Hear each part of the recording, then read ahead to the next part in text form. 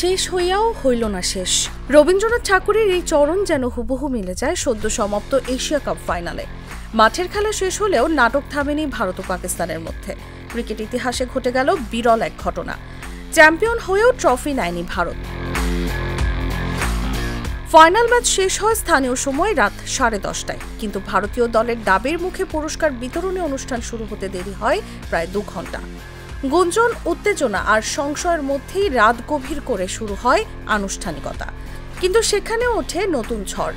এসিসির সভাপতি পাকিস্তানি নাগরিক মহসিন নকভির হাত থেকে ট্রফি নিতে অস্বীকার করে ভারত।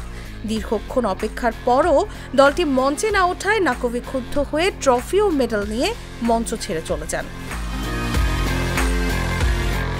এই দৃশ্যেই যেন চূড়ান্ত নাটকীয়তা তৈরি হয়। ট্রফি ছাড়াই উদযাপন শুরু করে ভারতীয় ক্রিকেটাররা।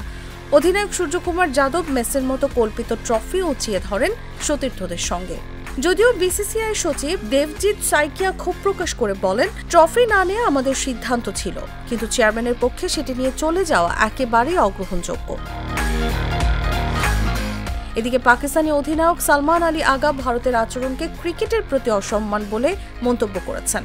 তার প্রশ্ন, চ্যাম্পিয়ন যদি ট্রফি না নেয় তবে এই খেলা থেকে নতুন প্রজন্ম কি শিখবে?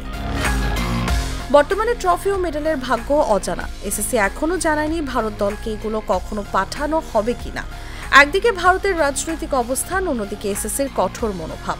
সব মিলিয়ে এশিয়া কাপের গল্প যেন ফাইনালের বাঁশির পরেও শেষ হচ্ছে না। বলা যায়, ক্রিকেট ইতিহাসের এই বিরল ঘটনা নিয়ে বিতর্কের আগুন দ্রুতই থামছে না, বরং শেষ হইয়াও হইল না শেষ। নিউজ ডেস্ক, জাগো নিউজ।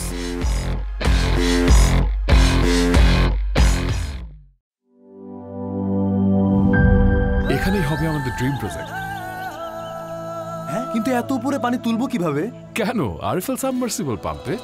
আরএফএল সাবমার্সিবল পাম্প গভীর থেকে পানি তুলে অবিরাম। পাহাড় কিংবা সমতলে পানির ধারা সবখানে। কৃষকের নির্ভরতার নাম, RFL submersible pump. RFL submersible pump on করলে পানির তুফান।